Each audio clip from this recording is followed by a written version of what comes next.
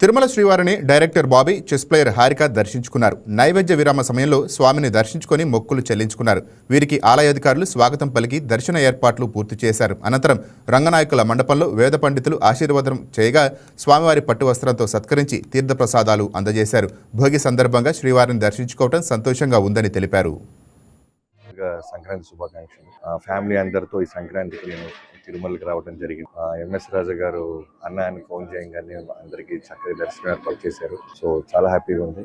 ఈ సంవత్సరం చిరంజీవి గారి సినిమా స్టార్ట్ చేస్తున్నాను.